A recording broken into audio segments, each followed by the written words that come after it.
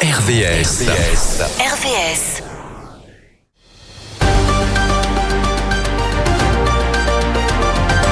Émission spéciale élections municipales sur RVS. Les élections municipales sur RVS, oui, parce que si je dis les, c'est que nous nous intéressons à 4 municipalités. 3 dans l'Eure, Évreux, Louviers, Bernay, et une là où nos studios sont implantés, à Rouen, avec une ligne éditoriale un petit peu différente peut-être de nos confrères. Ce qui nous intéresse, nous, ce sont les candidats, leur engagement, leurs valeurs, les valeurs qu'ils portent, leur liste et leur programme, et pas ce qui les oppose aux listes et aux candidats. D'autres médias s'en chargent et le font d'ailleurs très bien. Les municipales à Rouen, donc, où sont déclarés 8 candidats, dont certains d'ailleurs ne briguent pas véritablement le siège de maire, mais saisissent l'occasion pour donner de l'écho à leur message. Et c'est un peu votre cas, Amaury Renaud, tête de liste de nouveau parti anticapitaliste révolutionnaire. Amaury, bonjour. Bonjour. Merci de nous faire la gentillesse de passer à ce micro.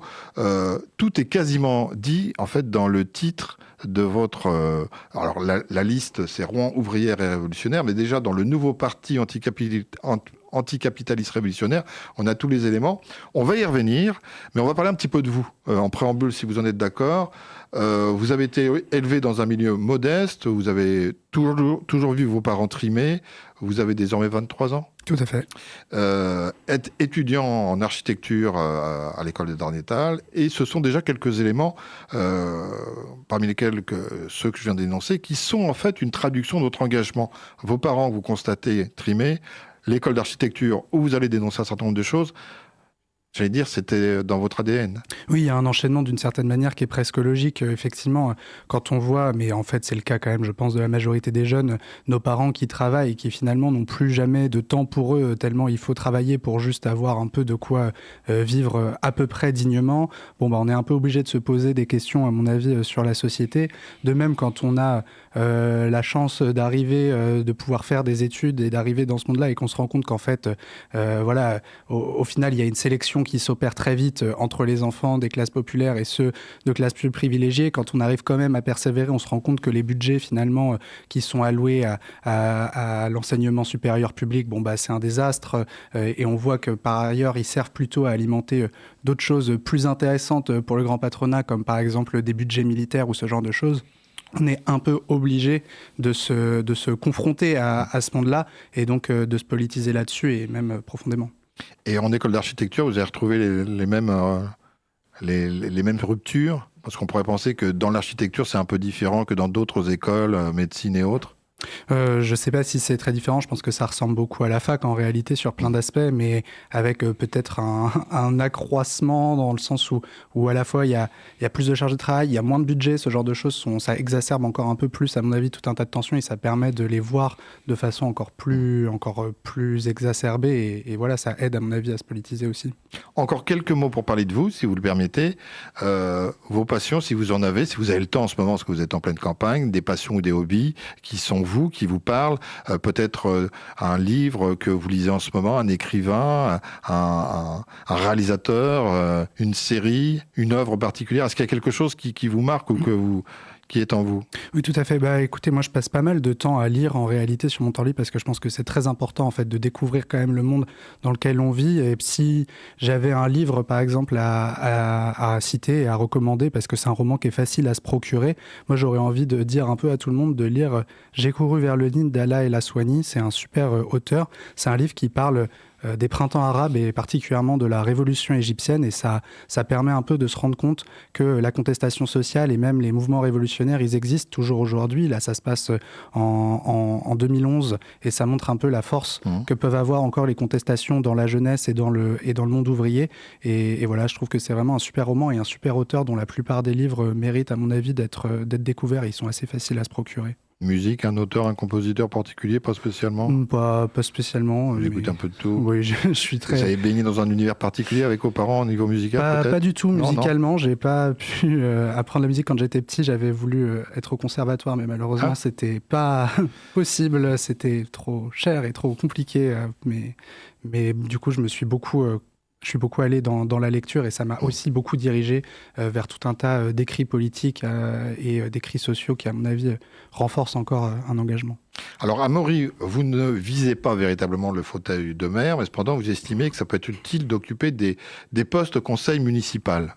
Oui, tout à fait. Alors, pas utile dans le sens où on pense qu'occuper des postes au conseil municipal, ça va vraiment infléchir les directions qui sont prises, puisqu'en réalité, c'est pas tellement là que se jouent les grandes décisions politiques. Elles sont directement décidées par le grand patronat qui ne demande pas vraiment leur avis à quelque élu que ce soit. Mais par contre, occuper quelques places au conseil municipal, ça permet d'y voir tout ce qui s'y déroule, de dénoncer aussi les choses des fois un peu obscures qui peuvent s'y passer. Ça permet aussi de venir déranger toujours la bourgeoisie ou les politiciens professionnels qui pensent que c'est chez eux, que les travailleurs et les jeunes n'auraient pas leur nez à mettre là-dedans. Et ben nous, on pense qu'il faut aller les chercher jusque là-bas. Et puis ça permet d'avoir des fois des tribunes supplémentaires. Par exemple, on peut écrire dans la presse de la ville, etc. Donc c'est toujours des choses qui sont quand même intéressantes, mais c'est pas du tout un but en soi et c'est pas du tout le centre de notre candidature, ni la mairie évidemment, mais ni même le conseil municipal.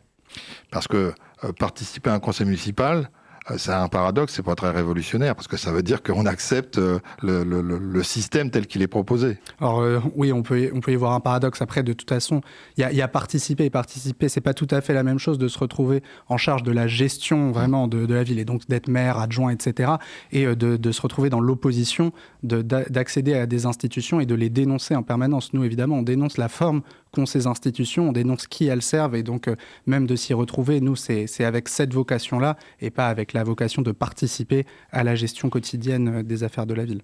On va parler de programme, mais on parlait de votre liste. Vous êtes jeune. C'est compliqué de fédérer derrière soi quand on est jeune, où il n'y a pas du tout de soucis, et l'âge n'a rien à voir dans l'affaire.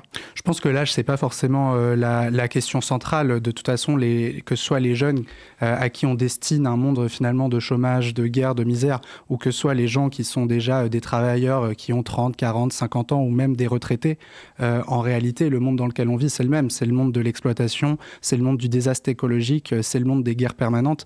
Et ça veut dire qu'il y a une vraie solidarité de classe qui doit exister entre les travailleurs, les futurs travailleurs ou les anciens travailleurs. On a exactement les mêmes adversaires qui sont le grand patronat et les politiciens à leur service. Et donc, à partir de là, la jeunesse, à mon avis, est ni un obstacle ou ni un tremplin, c'est juste un état de fait. Et notre liste, elle est un peu à cette image-là. Il y a de tous les âges. Alors, il y a énormément de jeunes, parce que je pense qu'il y a une vraie révolte dans la jeunesse qui existe, mais il y a aussi beaucoup de gens de tous âges. Alors, on va parler de la jeunesse parce que c'est un des items qui vous tient à cœur. Et dans votre programme, même si vous ne visez pas le siège de maire directement, il y a quand même 3 éléments qui sont importants: la santé, la jeunesse et la sécurité. La sécurité, ça sera pour un autre élément. Santé. Ça vous paraît primordial, évidemment, et c'est un des items que vous portez.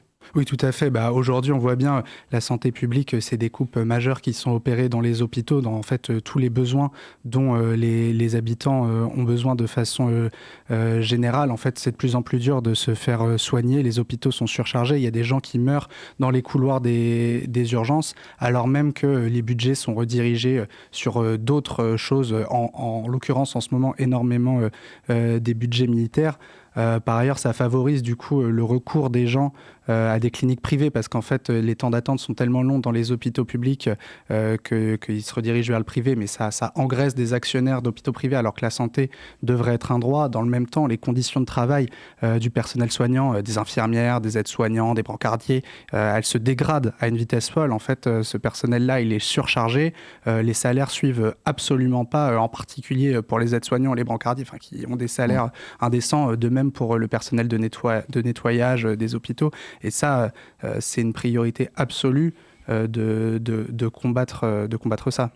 Comment on peut combattre les déserts médicaux? Parce qu'on souvent on pense que c'est en milieu rural, ce qui est vrai. Mais on les voit aussi de plus en plus maintenant dans certains quartiers. Il y a un désert médical qui s'installe et on ne voit pas de médecin disponible ou qui peut prendre en charge une partie de la population. Oui, tout à fait. C'est vrai qu'il y a toute une partie de la population qui a une difficulté d'accès aux soins qui est croissante, et il y a une nécessité en réalité à augmenter massivement le nombre de soignants, alors que ce soit des médecins, des infirmières, des aides-soignants, à en implanter à tout un tas d'endroits. Et ça peut pas se faire sur le libre choix ou la libre concurrence, etc., qui permettrait de chacun fixer ses tarifs. À un moment, il faut que la population et que les travailleurs décident aussi quels sont les besoins. Donc ça nécessite des quantités d'argent qui sont investies dans la question du soin, et ça nécessite de prendre que les habitants et les travailleurs décident eux-mêmes aussi de où est-ce qu'ils ont besoin de soignants, de quelle quantité d'hôpitaux. Et je pense que les gens d'ailleurs sont très aptes à savoir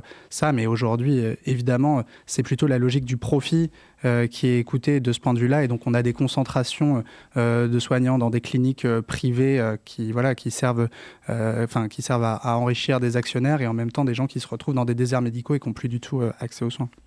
Autre aspect, la jeunesse, accès à l'emploi, formation, sensibilisation, accompagnement. Il y aurait plein de choses à dire sur la jeunesse. Oui, il y a énormément de choses à dire sur la jeunesse. En fait, il y a peut-être une des priorités qu'on peut dire, c'est aujourd'hui, on est face à une offensive de la part du gouvernement et du patronat sur les questions de militarisation. En fait, je pense qu'aujourd'hui, il y a vraiment la relance du service militaire. Voilà, c'est exactement ça à quoi je vais faire allusion. Les annonces de Macron, notamment sur un service militaire pour l'instant volontaire, mais qui sait pour combien de temps, qui font suite en réalité à l'échec quand même qu'ils avaient connu avec le service national universel, qui était une version light. Tout ça, qu'est-ce que ça prépare ? En fait, on voit quand même aujourd'hui une remontée des tensions inter-impérialistes qui est quand même énorme entre la guerre en Ukraine, mais aussi le génocide du peuple palestinien ou le coup de force de Trump sur le Venezuela. Ça, c'est quand même des éléments qui montrent qu'aujourd'hui, les peuples de la planète, ils sont de plus en plus mettre des bombes sur la tête pour extraire des profits dans ces pays, extraire le pétrole, extraire les ressources minières, toutes ces choses-là.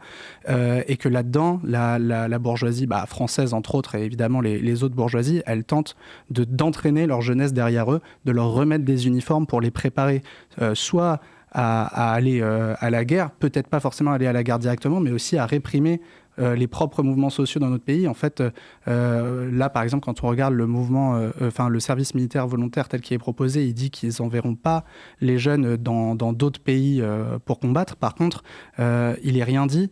Il est même plutôt sous-entendu l'inverse, de les envoyer par exemple dans les colonies françaises, en Kanaki, Nouvelle-Calédonie par exemple, pour réprimer les mouvements sociaux là-bas, comme le mouvement social énorme qu'il y avait eu en 2023, qu'on a évidemment appuyé. On peut envisager qu'ils s'en servent pour ça. Et cette dynamique aussi de remilitarisation de la jeunesse, elle va avec une volonté générale, à mon avis, de mettre au pas toute une génération de jeunes qui se sont beaucoup révoltés, qui se sont beaucoup milités, qui se sont beaucoup investis notamment contre le génocide du peuple palestinien, mais aussi contre d'autres attaques du gouvernement. Et je pense qu'il y a une volonté de les mettre au pas pour en faire une future classe de travailleurs qui soit docile, qui soit prête à obéir au patronat et qui ne se mettent pas en lutte. Et nous, évidemment, on pense qu'il y a une priorité absolue à combattre cette perspective de militarisation. Oui, on est d'accord qu'on est assez loin des thématiques qui sont abordées par les autres candidats au niveau des municipales. En revanche, la sécurité est un thème qui est souvent mis en avant. Et vous dites, je vais parler de la sécurité, mais avec ma vision à moi. Oui, tout à fait. Mais c'est vrai que la sécurité, c'est quand même un peu le thème central qui revient pour plein de gens. Et je pense que ça vaut le coup d'opposer un autre discours que celui strictement démagogique de vouloir augmenter le nombre de policiers partout. Et surtout, les rhétoriques racistes qui consistent à faire croire que le danger, ce serait les immigrés ou que ce serait les jeunes des quartiers. Ça, c'est une stratégie de division de la classe des travailleurs, de la classe des exploités, c'est faire croire que l'ennemi, ce serait les Noirs ou les Arabes, en gros, pour faire simple, alors qu'en réalité, les ennemis, c'est nos exploiteurs, c'est les patrons, et nous avons des intérêts communs. Les travailleurs et les jeunes français, blancs, tout ce qu'on peut dire, ont exactement les mêmes intérêts que les immigrés ou que les jeunes des quartiers ou que tout ce qu'on veut. Et en fait, il faut qu'on s'unisse contre ça. Et donc, toute la rhétorique sécuritaire derrière, elle a la vocation à diviser. Tous ceux qui pensent qu'il y a une insécurité aujourd'hui dans les quartiers, mais c'est pour ne pas pointer la vraie insécurité aujourd'hui. La vraie insécurité, c'est quoi ? C'est que le monde bascule dans une guerre, ou alors la vraie insécurité qu'on vit le plus au quotidien, c'est le risque de se faire licencier du jour au lendemain par un patron beaucoup trop avide de profit. Amaury, il nous reste très peu de temps, un petit peu moins d'une minute. C'est ma dernière question. Si vous aviez un message à faire passer auprès de quelqu'un qui vous est cher, dans votre engagement, qui correspond à votre engagement, qui est peut-être même plus de ce monde. Qu'est-ce que vous lui diriez ? Je ne sais pas si j'ai un message à faire passer à une personne qui est chère, mais plutôt en fait à l'ensemble des gens en réalité qui luttent et qui relèvent la tête contre les attaques, que ce soit passé dans le passé ou que ce soit aujourd'hui. C'est qu'il faut continuer à lutter. En réalité, les jeunes et les travailleurs, ils ont tout à attendre d'une révolution. Il faut renverser nos exploiteurs et pour ça, il faut continuer à se battre jusqu'au bout. Et j'ai envie de remercier tous ceux qui se sont battus avant moi et d'adresser tout mon courage à ceux qui se battent en même temps que nous aujourd'hui pour faire triompher nos idées. Et donc vous êtes en pleine campagne. Oui, si on peut dire. Vous êtes en pleine campagne. Merci beaucoup, Amaury Renaud, d'être passé au micro d'RVS. On vous souhaite une belle campagne, de toute façon, même si on a compris que ce n'était pas exactement celle des municipales, mais le fait de faire passer vos idées. Merci encore d'être passé au micro d'RVS. Merci à vous.